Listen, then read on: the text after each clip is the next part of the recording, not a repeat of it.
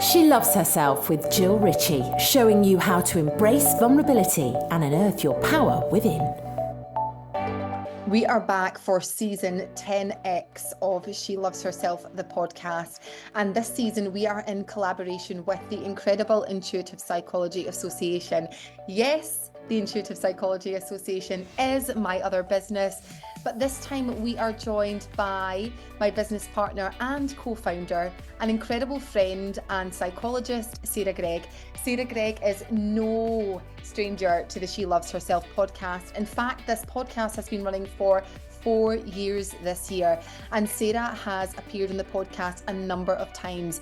We like to call her our resident psychologist, and of course, my amazing business partner. And when we created the Intuitive Psychology Association, we always said we wanted to collaborate on a season. So this is the season for the nerd and the magic coming together. You are going to hear a number of episodes. Each one have been carefully considered and crafted for you, the listener. You are going to hear about science, spirituality, psychology, shame shattering. You're going to hear about elevating your business in the most epic, incredible way. So if you are a coach or you have a business, or even if you are not a coach, there is something in every single one of these episodes for you. We are 10xing everything. 10 times the value, 10 times the empowerment, 10 times the energy, and 10 times the love punches. Yes, the love punches are still here. Of course they are. So sit back, relax, and enjoy these episodes with myself, Jill Ritchie, your host. She Loves Herself, the podcast, in collaboration with the Intuitive Psychology Association. Let's dive in. Hi, everyone, and welcome back to a brand new episode of She Loves Herself, the podcast, in collaboration this season, season 10, with the Intuitive Psychology Association. So, as you know, we have these beautiful episodes that we have created, especially for you, the listener, where you are going to get so much insight behind the scenes. You're going to get so many takeaways and words of wisdom from me and my lovely co-founder, partner in crime, Sarah Gregg. Sarah, welcome back. Hello. Hello. It's good to be back. It's good to be back, sister. So today we are going to keep this episode to around 20 minutes. And our intention is that we give you as much insight, wisdom, and takeaways as we possibly can. We are hoping that you have some aha moments for yourself. And today we're going to talk about a topic that is very close to not only our hearts, but we know it resonates with so many of you. And it's all about, can you make lots of money and do good in the world? Sarah, what a juicy one to start with, right? Yeah, so juicy, and one that I'm really, really passionate about, because I really feel like when we can dissolve this illusion, things really, really shift and change, not only for us on an individual, but also on a societal and global level. But let's kind of like bring it back to basics, in that if you're listening to this and even the title sort of like makes you clench up and triggers you a little bit, where you're like, can you really do that? That feels a little bit icky. We get it, we understand it. I know I was certainly there whenever I first started my business. And it was like I had this deep rooted fear that I was somehow profiting from people's pain. I had so many money issues about charging my worth. And it took me a while to unpick and unpack all of those, because they feel really, really real whenever you're in that place. So for me, I grew up in, you know, a working class household, I guess. I grew up in a council house for the first part of my life, where money was a little bit scarce. My mum would tell stories about how she'd hide pound coins around the house, so that if she ever kind of got stuck in an emergency, and needed a bit of extra money that week for food, she would have her little hiding places that she would go to. And we didn't really have a lot growing up, but with that struggle with money came a lot of associations with people who had money. Um, you know, People that had more than us were bad, and they were greedy. It was all right for them. They were people that we disliked. And so I had this association of, well, if I have money, then maybe I won't belong, maybe I won't be accepted, money is bad. And unpicking all of that has been such a journey, but it's all an illusion. And that's the bit, so much of this is the stories that we tell ourselves, and those stories keep us really, really small. I think let's just dive right into that when you say it's an illusion. And I think for a lot of people, they find that hard to believe because it feels like their reality. Well, how is it an illusion where they see the extreme of wealth Hmm. versus poverty, and it can feel really unfair. And I think to a certain degree, it is like so unfair when we see the ultra wealth, and then we can look, that thing that was out just a few months ago, Sarah, with the Met Gala, right? Yes. Hmm. Around social media. I don't know if anyone saw this. And I remember I actually sent it to my sister, and she's like, I cannot stop watching that. But actually, what I probably did was feed the narrative Hmm. of rich people are bad. And I think I know so many people that are so wealthy, that are so beautiful and so kind and so generous. But what's happening is we're seeing a lot on things like platforms like social media where it's all bling and show and false, right? And we then attach that narrative of, I don't want to be known as one of those people, Hmm. who I'll stay in the struggle because so many people don't like those types of people. And I guess to a certain degree, what I hear you say, Sarah, is there wasn't social media when you were little or when I was little, but that was the narrative even then, but it's just changed now. In fact, it's much more in your face now. And Hmm. much more, um, there's much more opportunity for people to fake it and actually really tarnish a narrative around wealth, because a lot of it is fake. But actually, there's a lot of amazing people that are ultra wealthy that are doing such incredible things in the world. And again, there's a flip side of it. It's, there's two sides to it. Um, so where do we, when someone's sitting thinking, I want to be wealthy, I want more money, I want to achieve more things, and I know I'll do good with that, but I'm so stuck in the story of, if I have that money, then people won't like me and I'll be pushed out of the community. How does someone even try and figure out where to allow themselves to feel worthy of receiving it? Yeah. I think that's such a powerful question, and it's one of many layers. I think the key bit is that perception that by us not earning our potential by doing good in the world, that somehow that helps people who are struggling, and it doesn't.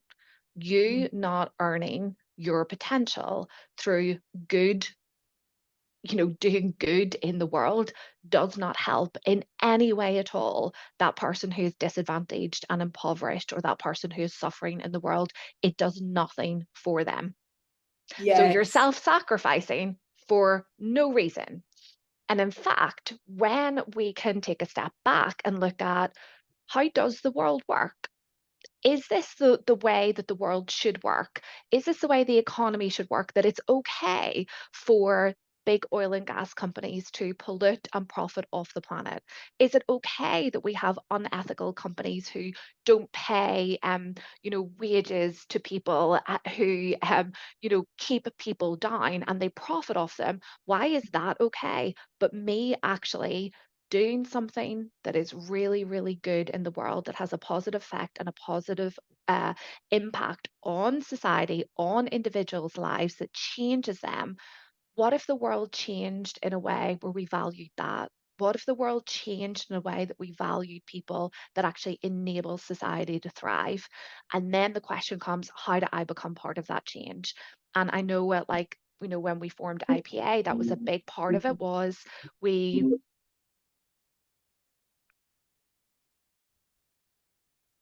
So how do we then, Sarah, become part of the change? Because this is so important. Everything you're saying here, I'm like, yep, yep, yep. And I love that you said what I'm almost hearing is you playing small doesn't help people that are really struggling right now. But how does someone allow themselves to start? right? How do they go, well, how do I get out of the narrative of, oh, it's just the way it is? Because I think people really hold on to that story as well, like, oh, you know, it's just the way it is. I can't sort of start making loads of money, even at a certain age, right? Because Mm-hmm. for us, especially, like, you know, we're in our 40s now. I know we don't look it. Definitely not. 29. I know, 29. But it's like, how does someone actually get themselves out of the story, even no matter what age you are? Because I think what I'm trying to say is, I think people go, well, do you know, I'm near to retirement, and I've spoken to Mm-hmm. clients about this before, and they're like, oh well, do you know, I'm if I just, you know, I'm near to retirement, I'm nearly 50, or I'm just going to stop. And they kind of just put an end to their life, and just watch it, maybe donate to things, to give money to things, but they don't really believe that they can actually do something themselves to make a real impact, whilst also earning loads of money from it for themselves. Yeah, I think we all have to take responsibility to change, to be the change that we want to see within the world and society. And for me, the change that I want to see is a change in where we spend our money and the type of businesses that have a say, in our societies that do well.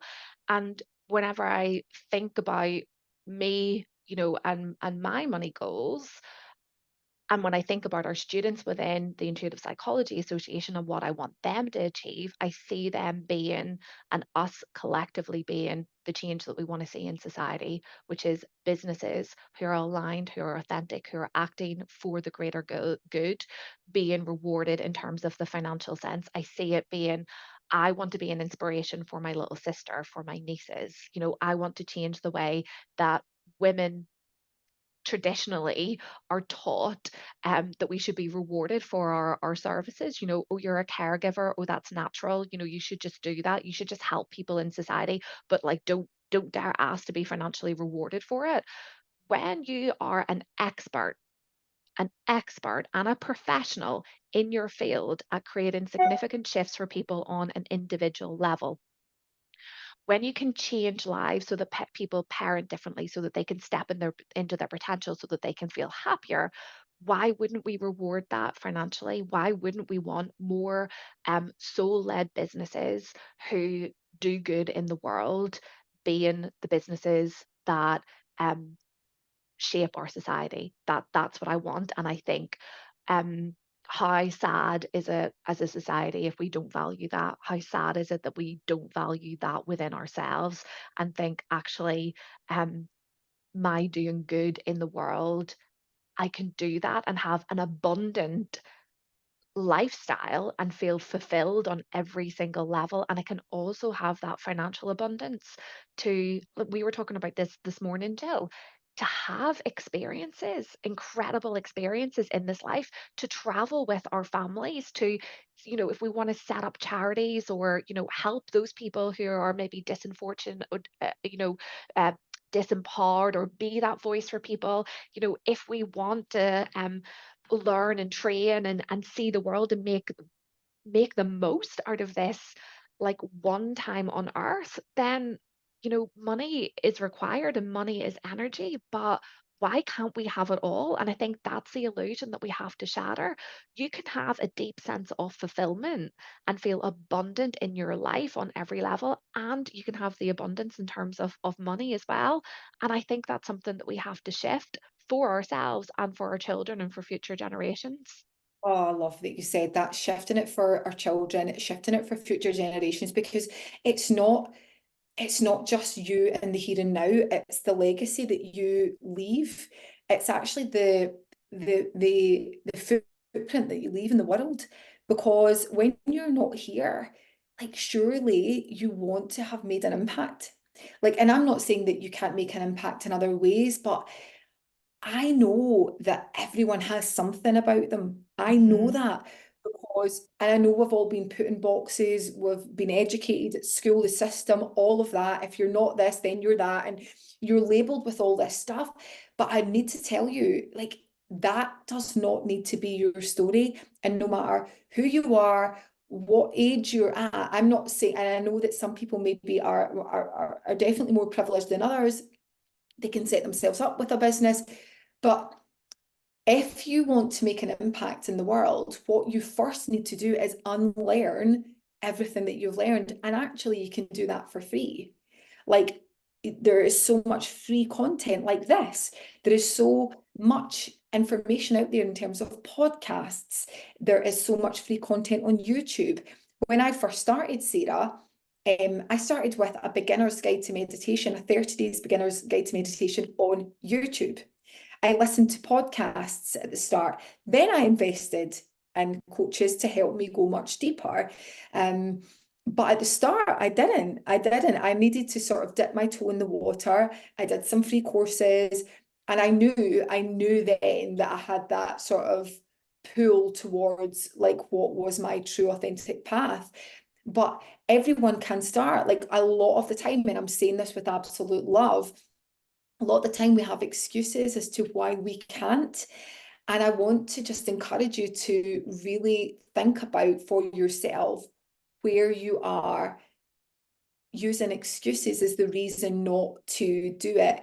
And I get that it can feel scary. I get that it can feel terrifying to take that leap and actually maybe start charging more in your business. Maybe start charging. Maybe you're doing things and doing it for free, and when you know that you should be charging. But if you have something, in particular, if you're in the coaching industry, Sarah, when you first came to me one time when you were running a course, right? You can tell the story actually about when you came. We used to have chats every week, didn't we? About Yeah, accountability partners. We would keep each other accountable.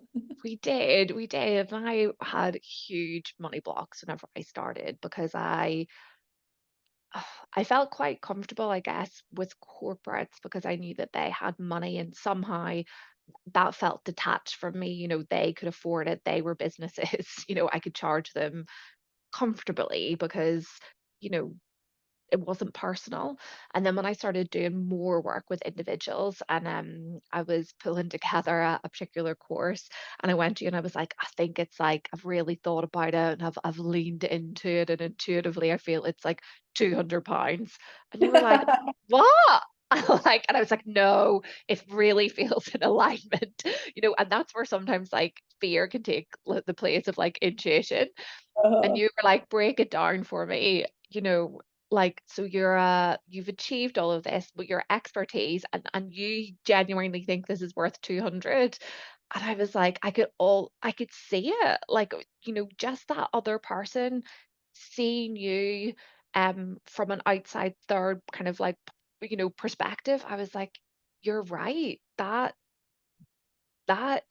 isn't worth it. That's fear. That 200 is, please come and work with me. I promise it'll be good. And I don't want to cause you any pain by asking for money. And you said, try 2000. And you told me, I remember it so vividly. I was in like Taiwan at the time, like hot and sweaty, kind of like sat under with my laptop under a big air conditioning unit.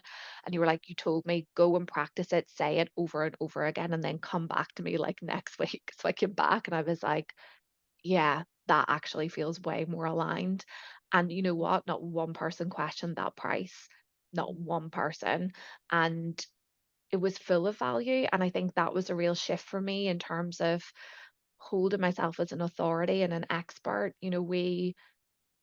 When you are an expert and you trained an expert level in this industry in the way that we train our intuitive psychology coaches, they're certified to the highest level possible in the entire industry.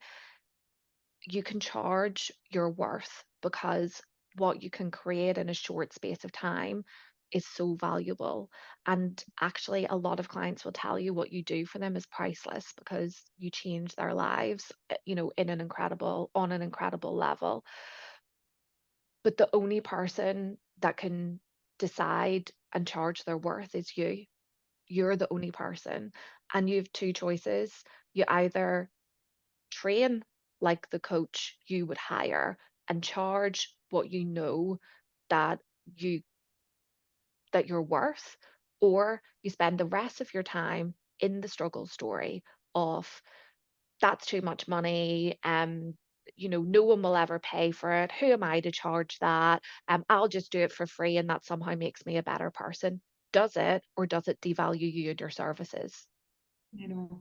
I love that. I mean, Sarah, you have sold like 90,000 copies of your books, right? Yeah. And you're willing to charge someone £200, and you've got your psychology degree, you know, all of your experience, and you're Yeah, like, but that value was a representation of my self-worth. I ah, didn't feel good enough to aha. charge it. That value wasn't that's worth £200. That value was I'm worth £200 because I'm not good enough. Who am I to charge that? Oh, you'd have to be. And all of that was a false narrative.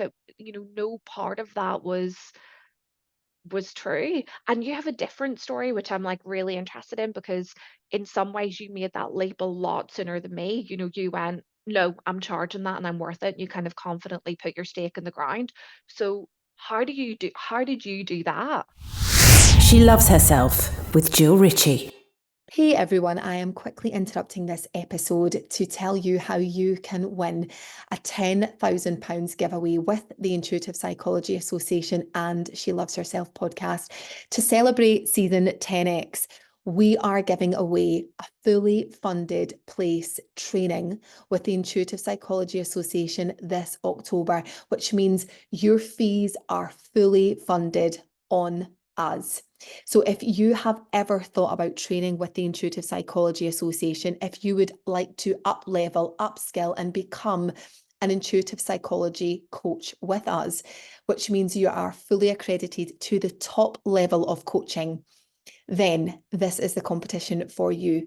All you need to do is make sure that you head over to Instagram to follow both She Loves Herself, the podcast, and the Intuitive Psychology Association. You need to like the post, you need to tag two of your friends and share it across your social media platform. If you would like 10 additional entries, so 10 times the opportunity to win this prize, all you need to do is leave a 5-star review on this episode. Good luck. Such a good question. And this is so good, right? Because there's a lot of people that are going to resonate with you. And then they're going to be like, well, how do you do it?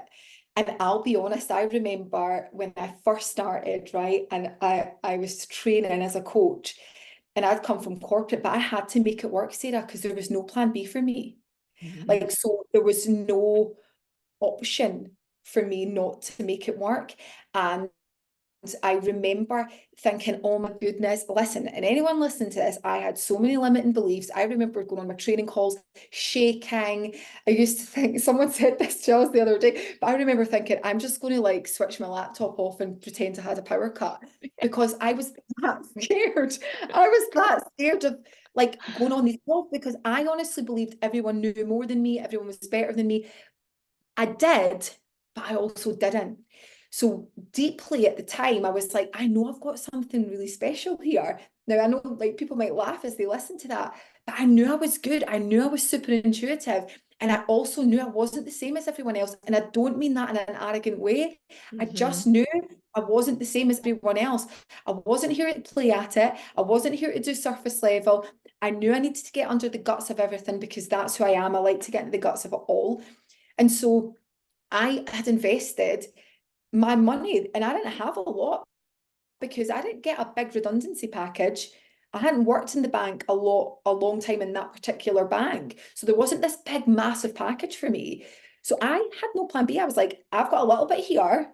I'm going to put it into taking a leap of faith and investing in training. I worked with a coach, and I really worked on me. And I was like, no, I've got something here. And I don't know exactly what it looks like, but I listened to someone who said to me, charge your worth. And I Mhm. remember having a conversation with someone in a coffee shop, and she said to me, and I've shared this on the podcast before, but it's such a good story. And she said to me, and she's probably going to listen to this and she's like, I know what she's going to say next.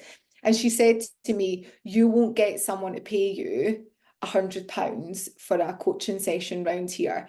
And I remember in that second, really well, she's a great person, but I remember thinking, oh, I will. Oh, I Yeah. will, because I'll go around here then if that's the case, I'll go somewhere else. And she really helped me because in that moment I was like, I'll go global. Yeah. I'll make myself, I'll go to clients in America, I'll go to clients in Australia. And I just had that, like, I have to make this work because I've got a big mortgage, I've got 2 kids, there's no plan B. So when she said that, I was like, I'm going to charge like 300. And that was the first time. And then I was like, then I'm going to charge 500. And then I'm going to charge more. And when I gave you that tip, Sarah, to say like, keep practicing it, someone said that to me, practice it, go around your house. Like she said to me, what are you charging for your courses? And I told her, she's like, you need to double that. And I was like, yeah, but I've only been a coach for 6 months. And she's like, no, you haven't.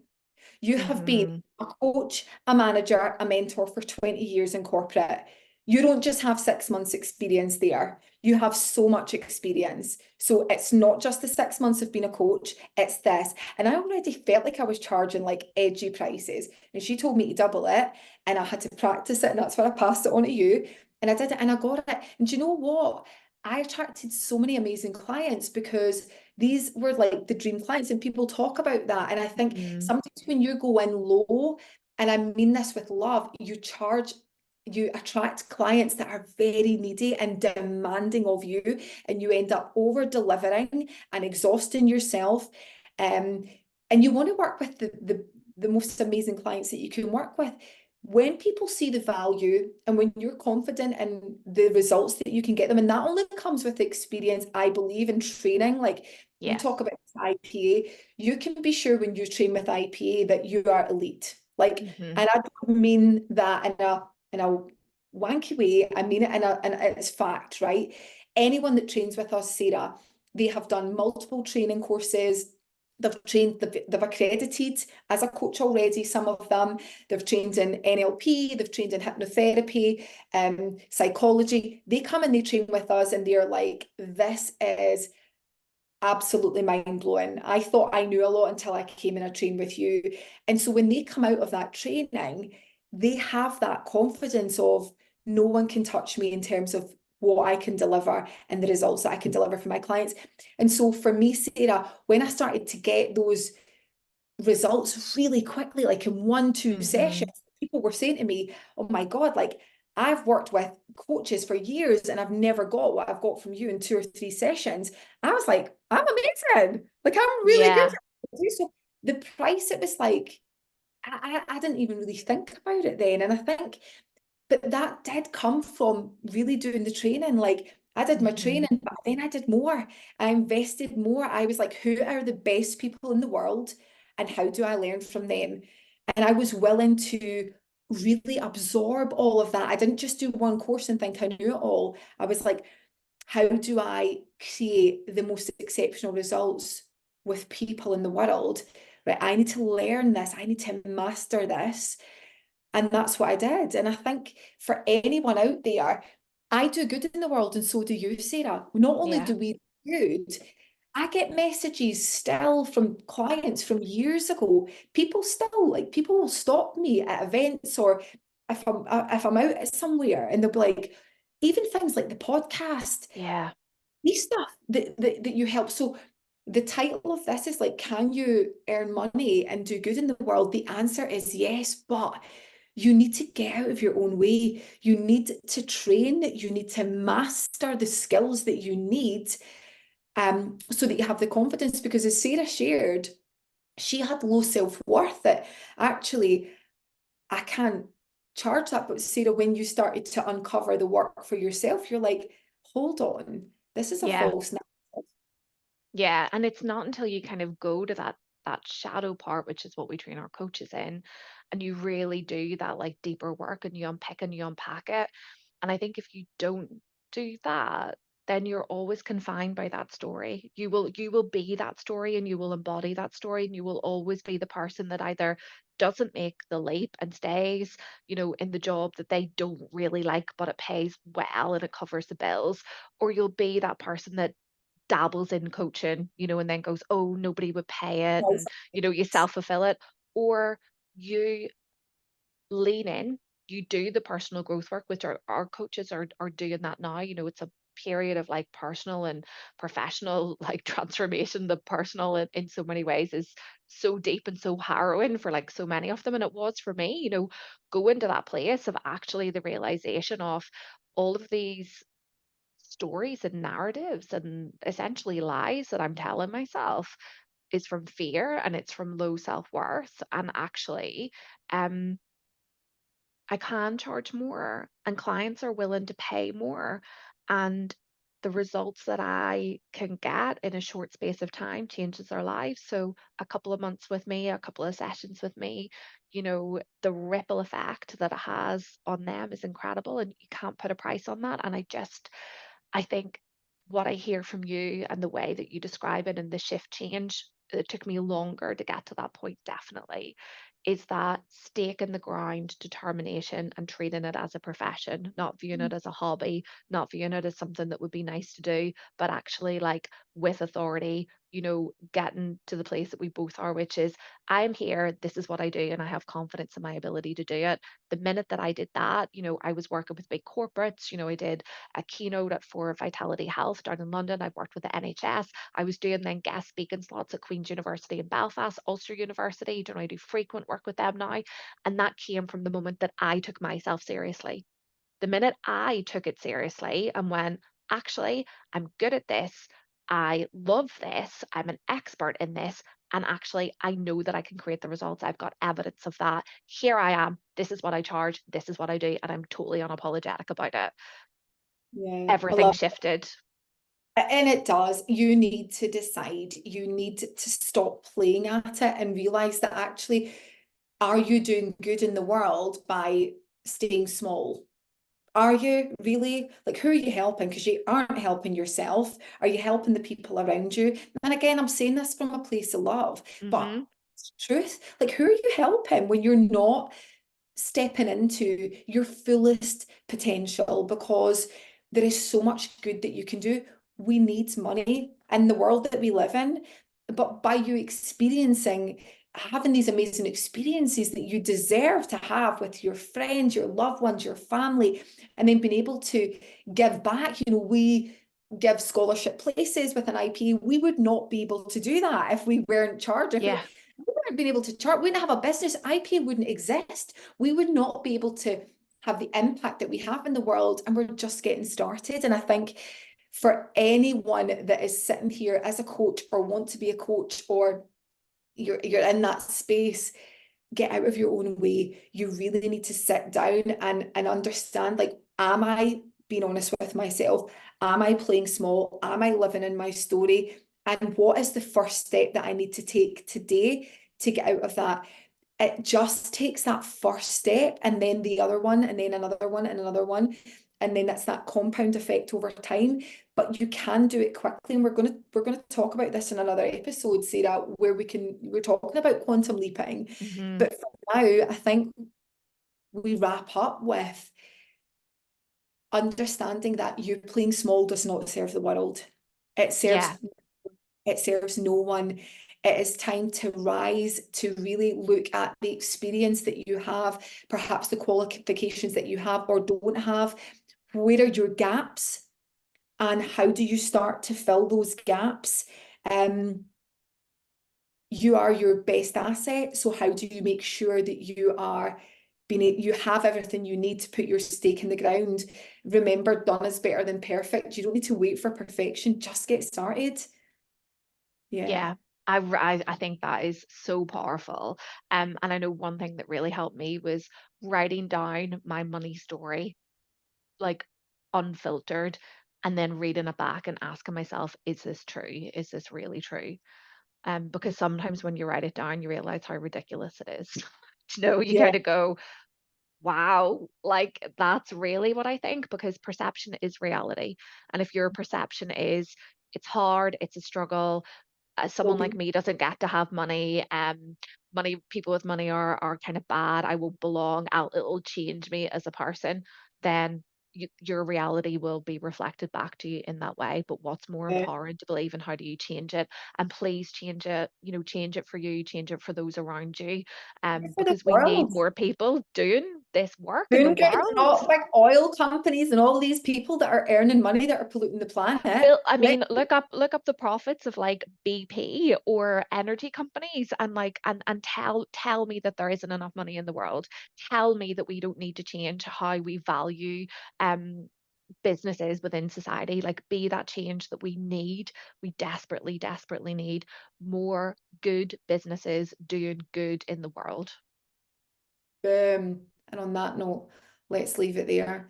I'm going to drop a little link in the show notes for IPA, but also for a book called The Secrets of the Millionaire Mind, which is something I read very early on in my journey, which helped me massively.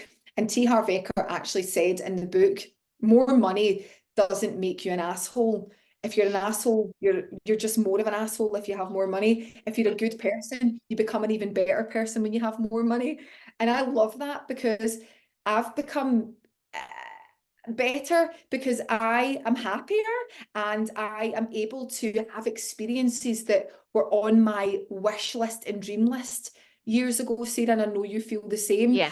And Sarah said, we want this for more people. Let's get more money into the hands of the people that want to do good in the world, that are creating an impact, that are changing people's lives, who are then going on to change their children's life and their children's lives. That is legacy, that is powerful, and that is what we need in this world. Boom, thank you. And mic drop. Boom. Listen, great episode, and we will see you all again in our next episode. Thank you so much, everyone. Have a great week.